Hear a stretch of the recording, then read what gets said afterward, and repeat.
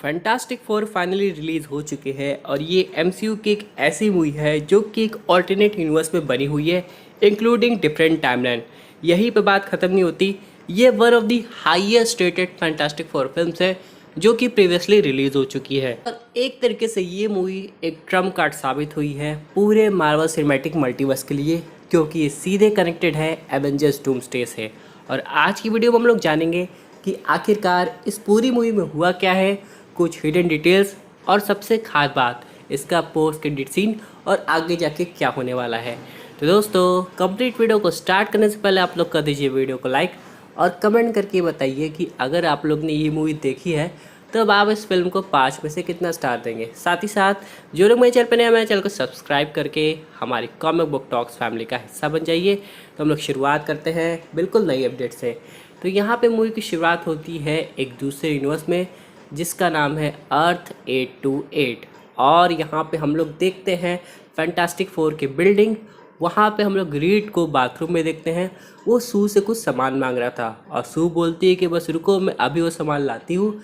और हम लोग यहाँ पे ये भी देखते हैं कि सू कुछ टेस्ट कर रही थी और वो टेस्ट पॉजिटिव आता था।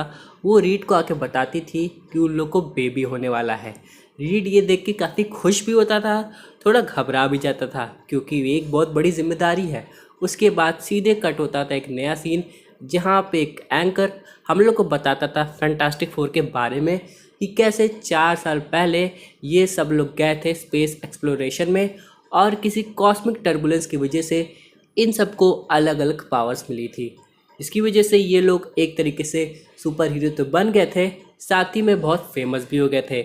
वहाँ पे जो भी अर्थ के पीपल थे उनको इस टीम पे पूरा भरोसा था कि आगे चाहे कुछ भी हो जाए ये टीम उनको हमेशा प्रोटेक्ट करेगी। में हर टाइम ये लोग डिनर साथ में करते थे जहाँ पे सू ने बताया कि उनको बेबी होने वाला है और यहाँ पे टीम सेलिब्रेशन हो ही रहा था। लेकिन तभी अचानक से हम लोग देखते हैं सिल्वर सर्फर को जो कि अर्थ पे आती है और सब लोग को एक साथ अनाउंस करती है कि अर्थ जो है वो डिस्ट्रक्शन के लिए मार्क्ड हो गया है एक कॉस्मिक बीइंग गैलेक्टस के नाम से। और फिर वो इतना कह के चली जाती है। जॉनी उसका पीछा करता है लेकिन फिर वो जॉनी को किसी लैंग्वेज में कुछ बात करती है, उसके बाद आगे बढ़ जाती है।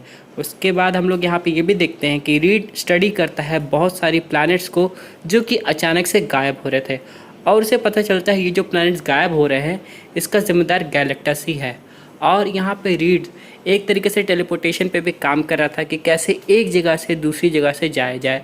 उसने एक एक्सपेरिमेंट भी किया था जो कि कामयाब हुआ और उसी एक्सपेरिमेंट के चलते वो सिल्वर सर्फर के ट्रेसेस को पकड़ते हुए गैलेक्टस के पास पहुँचना चाहता था।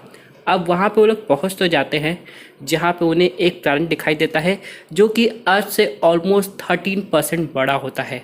वहाँ पहुँचने के बाद उन लोग को ये पता चलता है कि सिल्वर सर्फर पहले से एग्जिस्ट कर रही है वहाँ पे और गैलेक्टस ऑलमोस्ट उस प्लैनेट को कंज्यूम कर लिया है। पहुँचने के बाद सिल्वर सर्फर उससे कहती है कि तुम लोग को यहाँ पे नहीं आना चाहिए था, लेकिन अब गैलेक्टस तुम्हारा इंतज़ार कर रहा है। वहाँ हम लोग पहली बार गैलेक्टस को देखते हैं जो कि काफ़ी जायंट फॉर्म में था और यहाँ पे लोग पूछते हैं कि वो उसका प्लैनेट क्यों कंज्यूम करना चाहता है। गैलेक्टस बताता है कि वो पहले कैसा था और अब वो कैसा हो गया है, लेकिन एक शर्त पे वो उनके प्लैनेट को छोड़ सकता है अगर वो बेबी फ्रैंकलिन यानी कि जो अभी सू के पेट में है उसे दे दे। गैलेक्टस बोलता है कि इसके अंदर इतनी ज़्यादा कॉस्मिक एनर्जी है कि इसकी भूख हमेशा के लिए शांत हो सकती है। लेकिन यहाँ पे रीड हैरान हो जाता है।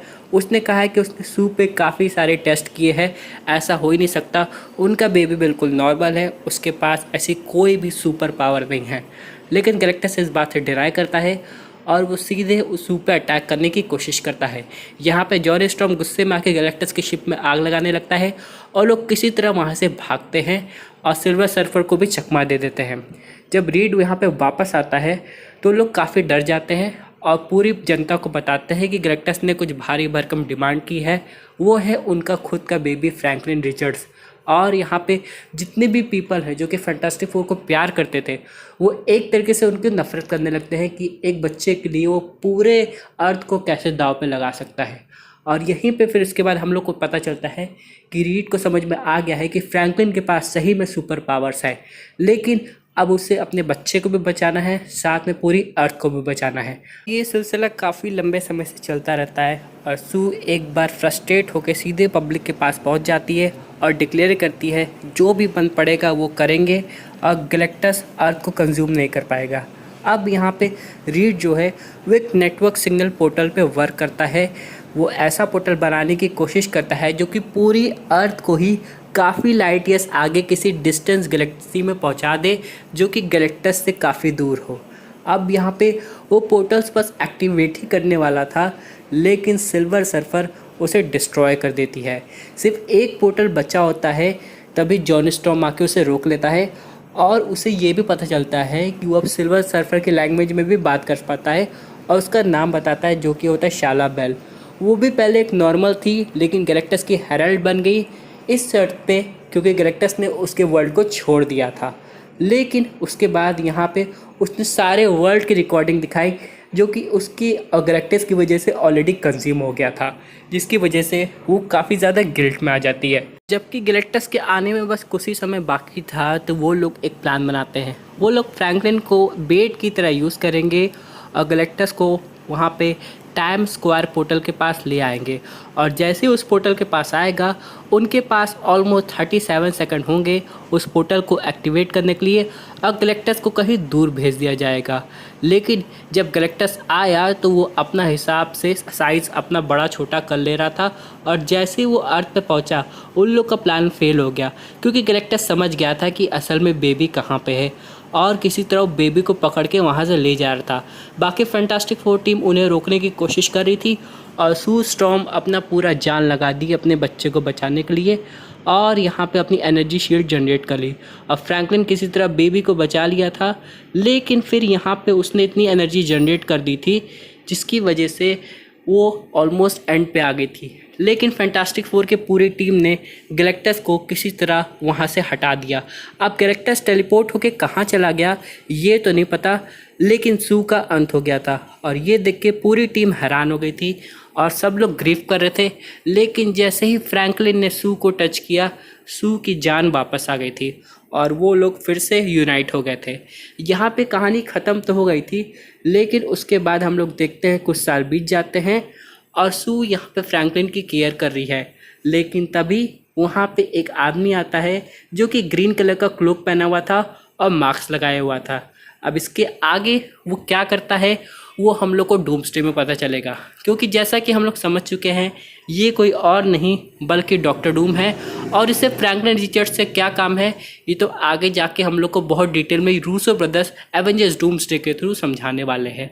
साथ ही में गैलेक्टस एक ऐसा बीइंग है जिसे मारा नहीं जा सकता है, उसे लंबी नींद दी जा सकती है। वो टेलीपोर्ट होकर कहाँ गया, क्या वो हम लोग के यूनिवर्स में आ गया या फिर कहीं और? इस सब से तो एक चीज़ कन्फर्म है कि गैलेक्टस की भी दोबारा वापसी हो जाएगी। कुल मिला के ये मूवी काफ़ी ज़्यादा फैंटास्टिक थी और ऑडियंस को बहुत ज़्यादा पसंद आई थी। लेकिन मैं आपको एक डिलीटेड पोस्ट क्रेडिट सीन के बारे में बताना चाहता हूँ जो कि था नॉर्मन रैड के सिल्वर सर्फर का, जो कि हम लोग को पुरानी वाली फैंटास्टिक फोर पार्ट 2 मूवी में देखने को मिला था। वो हम लोग को देखने को मिलने वाला था, प्लस यहाँ पे क्रिस इवंस का जॉन स्टॉर्म भी हम लोग को देखने को मिलने वाला था, लेकिन वो सीन डेलिबरेटली कट कर दिया गया था। इसकी जगह ये डॉक्टर डूम वाला सीन आ गया था। आप लोग ने मूवी में नोटिस किया होगा कि सू स्टॉर्म एक बार एक पीस टॉक कर रही थी तो वहाँ पे हम लोग को लैटवेरिया की एक चेयर दिखाई दी थी जो कि एम्प्टी थी। तो ये इस बात का सिग्नल है कि विक्टर वॉन डूम वहाँ मौजूद था पहले से उस यूनिवर्स में, बस हम लोग को दिखाई नहीं दिया गया। तो डेफिनेटली ये जो पर्सन है जो कि हम लोग को पोस्ट क्रेडिट सीन में देखने को मिला है वो डॉक्टर डूम ही है और वो फ्रैंकलिन को लेके जा चुका है।